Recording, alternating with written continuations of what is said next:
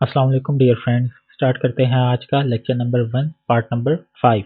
तो जो lecture number 1 है वो कंटिन्यूशन है चेंजिंग वर्ल्ड ऑर्डर की।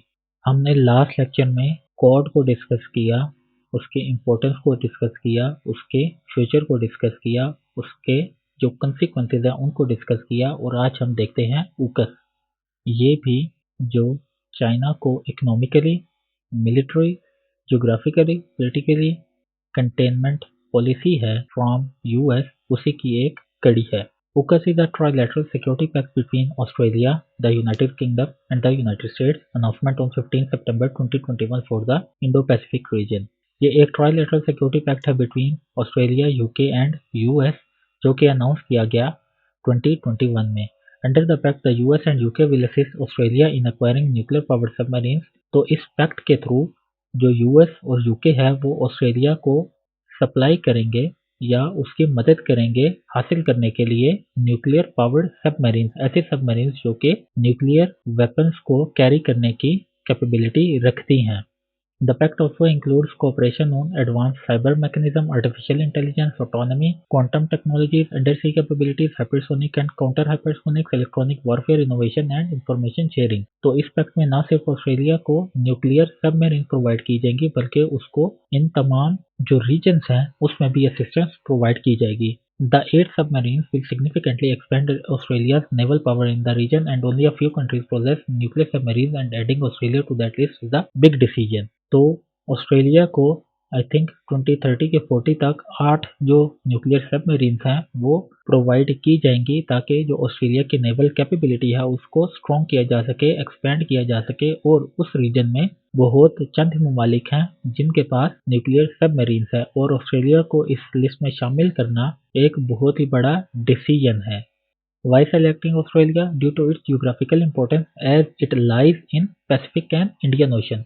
तो ऑस्ट्रेलिया को चूज करने का मकसद ये था कि ऑस्ट्रेलिया जो है वो एक तो नियर टू चाइना है और जो ट्रेड रूट्स ऑस्ट्रेलिया और चाइना यूज करते हैं वो सेम ही हैं। मींस पैसिफिक और इंडियन ओशन को ही वो यूज करते हैं और दोनों जो हैं वो इंडिया और जो दोनों कंट्रीज हैं वो इंडो पैसिफिक रीजन में ही लाई करते हैं। मींस के इंडो पैसिफिक रीजन के ही वो कंट्रीज हैं। The second one is Australia is a democratic country. Australia जो है वो डेमोक्रेटिक कंट्री है। यूएस भी डेमोक्रेटिक कंट्री है, यूके भी डेमोक्रेटिक कंट्री है। तो जो कंट्रीज जिनकी थिंकिंग सेम होती है उनके जो अलायंसेस होते हैं वो ज़्यादा स्ट्रॉन्ग होते हैं या लॉन्ग टर्म होते हैं। Australia will also willing to do that task. और ऑस्ट्रेलिया जो है वो बहुत दफ़ा हामी भर चुका है कि मैं जो हूँ इस टास्क को कंप्लीट करने का अहल हूँ या मेरे पास इस टास्क को कंप्लीट करने की कैपेबिलिटी है कि मैं चाइना को कंटेन कर सकूं इंडो पैसिफिक रीजन में। The last one is Australia was a former colony of UK, a Commonwealth nation. Australia को इस वजह से भी टास्क दिया गया क्योंकि जो ऑस्ट्रेलिया है वो कॉलोनी रह चुका है यूके की। हमें पता है जो कि यूके की कॉलोनीज रह चुकी हैं वो कॉमनवेल्थ नेशंस होते हैं। The next slide is about why AUKUS. AUKUS की क्या इंपॉर्टेंस है और क्यों जरूरत पड़ी ओकस की। America wants to contain China from different perspectives and wanted to engage in different locations. तो अमेरिका जो है वो चाहता है कि हम चाइना को हर तरफ से कंटेन करें, हर पर्सपेक्टिव में उसे कंटेन करें, उसे घेर लें हर जगह से। America has to pursue its hegemonic stability theory. तो जो अमेरिका है उसे अपनी जो हेजेमोनिक स्टेबिलिटी थ्योरी है उसको कंप्लीट करना है। हमने अपने 2-3 लेक्चर पहले हेजेमोनिक स्टेबिलिटी थ्योरी को जो है वो पढ़ा था कि एक टाइम पे दो जो पावरफुल स्टेट्स हैं वो एग्जिस्ट नहीं कर सकती या जो एक टाइम पे दो हेजेमोन नहीं हो सकते। तो जो यूएस है उसने अपने स्टेटस को मेंटेन करने के लिए जो वीकनिंग स्टेट है चाइना या जो राइजिंग स्टेट है चाइना उसको कंटेन करना है। तो इस वजह से अमेरिका ने ओकस को एक्सप्लॉइट किया। US to use offshore balancing approach. अच्छा जी, ऑफशोर बैलेंसिंग अप्रोच क्या है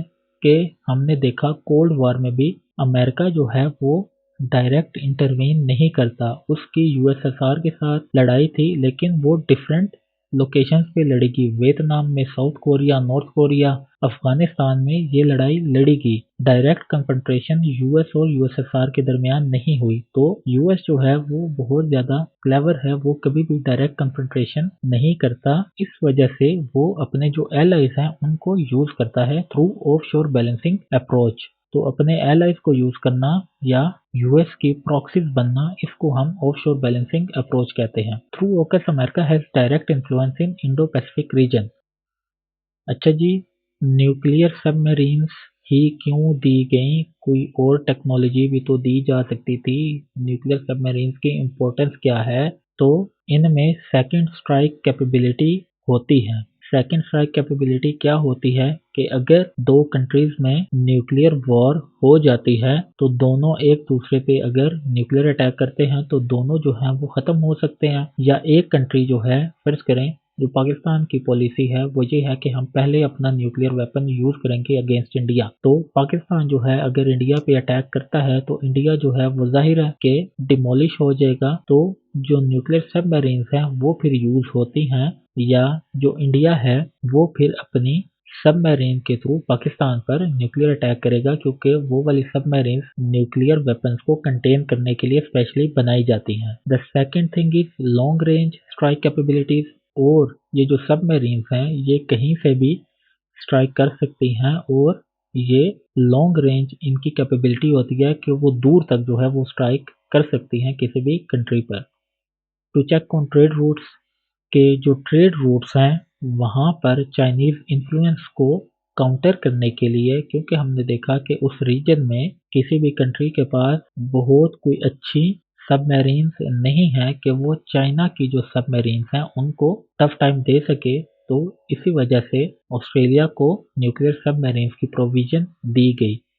the last one is to counter China's naval aggression. और जो चाइनीज गवर्नमेंट है वो बार बार इंट्रूजन करती है उस रीजन में। हमने देखा कि वो फिलीपींस में या बहुत सारे कंट्रीज में उनकी बाउंड्रीज या प्रेमिसेस को वो क्रॉस कर देती हैं, क्योंकि उन्हें पता है कि जो दूसरे कंट्रीज हैं उनके पास ऐसी कैपेबिलिटीज नहीं है कि वो चाइनीज एग्रेशन को काउंटर कर सके। तो इस वजह से ऑस्ट्रेलिया को न्यूक्लियर सबमरीन्स की प्रोविजन की गई। अच्छा जी, इस इमेज को आप देखें तो ये डिफाइन कर रहा है इंडो पैसिफिक रीजन को। ये कहाँ से स्ट्रेच हुआ है? इंडिया, पाकिस्तान भी इसमें इंक्लूड है, सऊदी अरेबिया भी इसमें आता है, देन चाइना है, जापान है, यूएसए है, ऑस्ट्रेलिया है, इंडोनेशिया है। तो ये तमाम जो कंट्रीज हैं ये इंडो पैसिफिक रीजन में आते हैं, फॉल करते हैं, और इनकी इम्पोर्टेंस बहुत ज़्यादा है। नेक्स्ट लेक्चर में मैं पूरे तरीके से जो इंडो पैसिफिक रीजन है, इंडियन ओशन की जो डिप्लोमेसी है उसको डिफाइन करूंगा। तो अभी जस्ट आप इसी को ज़रा सा जहन में रखें ताकि नेक्स्ट लेक्चर को कंप्रीहेंड करने में आसानी हो सके कि इस रीजन में कौन कौन से जो कंट्रीज हैं वो फॉल करते हैं। आते हैं सिग्निफिकेंस पर, इम्पोर्टेंस, ऑब्जेक्टिव, पर्पसेस, आप कुछ भी कह सकते हैं। In Indo-Pacific region, only India had a submarine, but now Australia will get a submarine loaded with nuclear capability to deter Chinese influence। तो इससे पहले सिर्फ इंडिया के पास ही न्यूक्लियर सबमरीन है, और अब ऑस्ट्रेलिया को भी प्रोवाइड कर दी गई है, और हो सकता है फ्यूचर में जापान को भी प्रोवाइड कर दी जाए। द बैलेंस ऑफ पावर में shutter.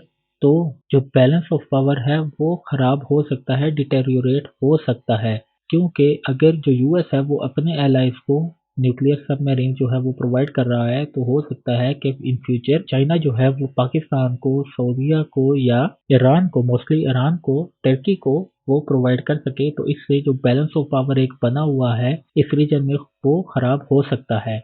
This agreement would lead to expansion of naval military and gradually the expansion of land and air force military as well। तो ये जो एग्रीमेंट है इसकी वजह से जो नेवल फोर्सेस हैं, मिलिट्री फोर्सेस हैं, इवन एयर फोर्स जो हैं वो एक्सपैंड होंगी। कंट्रीज जो हैं वो बहुत ज़्यादा फिर खर्च करेंगे ऑन डिफेंस पर्पसेस पर। तो ये चीज़ जो है वो बहुत ज़्यादा खतरनाक है। In the pretext of focus Australia में be offer to become a nuclear power. और हो सकता है क्योंकि अभी ऑस्ट्रेलिया को यूएस और यूके सिर्फ सबमरीन प्रोवाइड कर रहे हैं, बट फ्यूचर में मे बी वो उसको न्यूक्लियर प्रोग्राम की भी इजाज़त दे दे। तो इन्हीं ऑब्जेक्टिव्स को, इन्हीं पर्पसेस को देखा जाए तो जो फ्यूचर के प्रोस्पेक्ट्स हैं वो बहुत ज़्यादा हमें ग्रिम नज़र आते हैं, बहुत ज़्यादा स्टार्क हैं, बहुत ज़्यादा संगीन हैं। आते हैं जी रिएक्शन ऑफ चाइना पर कि चाइना का क्या रिएक्शन था। China retaliated and described it an extremely irresponsible and narrow minded step. Chinese foreign ministry has listed 5 harms to the region. तो चाइनीज जो फॉरेन मिनिस्ट्री है उसने डिस्क्राइब किए हैं 5 reason after the announcement of UCAS। The first one is it will trigger the risk of nuclear proliferation. तो इससे nuclear proliferation होगी कि तमाम जो कंट्रीज हैं हो सकता है वो न्यूक्लियर जो वेपन्स हैं उनको पोजेस करने के लिए जद्दोजहद करें या किसी दूसरे कंट्री से या जो अपने एलाई जो कंट्री है उससे कुछ ना कुछ असिस्टेंस ले लें। Induced a new round of arm race. तो इस वजह से एक जो आर्म रेस है वो इस रीजन में और ग्रेजुअली पूरे वर्ल्ड में वो स्टार्ट हो जाएगी। Undermine region prosperity and stability. क्योंकि यूएस जो है वो हमने देखा मोस्टली वो इस रीजन में मिलिट्री एक्सपेंडिचर जो है अपने एलाइज के वो बहुत ज्यादा बढ़ा रहा है, तो जिस वजह से जो इकोनॉमिक प्रोस्पेरिटी है वो शन हो सकती है और जो मिलिट्री एक्सपेंडिचर्स हैं जब वो बढ़ जाएंगे तो कंट्री जो है वो बहुत ज्यादा एग्रेसिव हो जाएंगी। तो इस वजह से जो स्टेबिलिटी है रीजन की वो खराब हो सकती है, वो डिटर हो सकती है, जो इकोनॉमिक डेवलपमेंट है वो रुक सकती है। The fourth one is sabotage the building of nuclear free zone in south east Asia. तो अगर वो आप मैप देखें तो उस रीजन में कोई भी ऐसा कंट्री नहीं है जिसने या जिसके पास कोई न्यूक्लियर वेपन्स हो, न्यूक्लियर न्यूक्स हो। इंडोनेशिया है, ताइवान है, उसमें फिलीपींस है, बहुत सारे ऐसे कंट्रीज हैं बट उनमें किसी के पास भी न्यूक्लियर वेपन्स नहीं है। उस इलाके को हम न्यूक्लियर फ्री जोन कहते हैं। तो वहां पर हो सकता है फ्यूचर में कंट्रीज जो हैं वो न्यूक्लियर प्रोग्राम जो है वो स्टार्ट कर दें। The last one is it will lead to the resurgence of cold war mentality. तो चाइनीज जो गवर्नमेंट है उसने कहा कि इस तरह के जो स्टेप्स हैं वो कोल्ड वार की तरफ हमें लेकर जा रहे हैं। Let's jump to the next slide, implications of UCAS। The first one is violation of NPT. तो ये बहुत बड़ी वायलेशन है एनपीटी की, न्यूक्लियर नॉन प्रोलिफरेशन ट्रीटी की। इसको हम अपने नेक्स्ट लेक्चर में डिटेल से पढ़ेंगे। Second one is it is also a violation of CTBT comprehensive test ban treaty. इसको भी हम अपने एनपीटी के लेक्चर में आराम से देखेंगे। अभी जस्ट अगर आपने समझना है तो ये दो ट्रीटीज हुई थी कि जो कंट्रीज हैं वो ना तो हॉरिजॉन्टल न्यूक्लियर डेवलपमेंट करेंगी ना वर्टिकली न्यूक्लियर डेवलपमेंट्स करेंगी, ना वो कोई न्यूक्लियर पे टेस्ट करेंगी, ना किसी कंट्री को वो न्यूक्लियर पोजेशन जो है वो प्रोवाइड करेंगी। तो जो यूएस है वही इन्हीं ट्रीटीज का सबसे बड़ा बेनिफिशियरी है और वही जो है वो वायलेट कर रहा है। The third one is splitting of arm race in Indo Pacific region. वो हो सकता है फ्यूचर में एक आर्म्स रेस शुरू हो जाए इंडो पैसिफिक रीजन में। It will cause domino effect.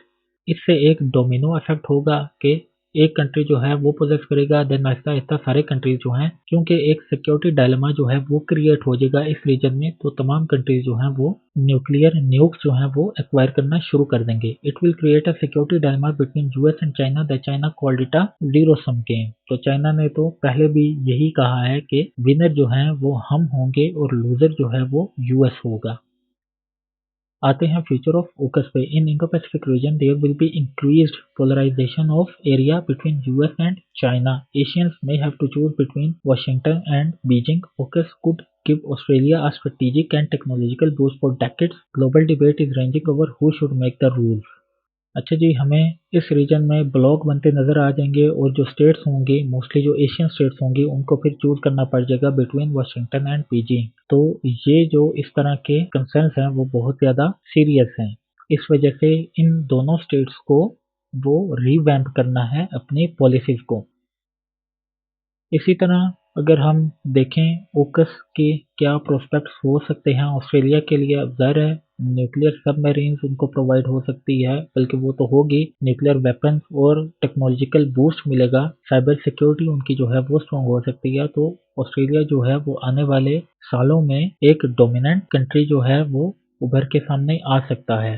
Then जो है एक डिबेट भी है कि कैसे जो है इन स्टेट्स को रोका जा सके या कैसे जो है वो रूल्स बनाए जा सके, जो इन स्टेट्स को इस तरह की हरकतें करने से बाज रख सके।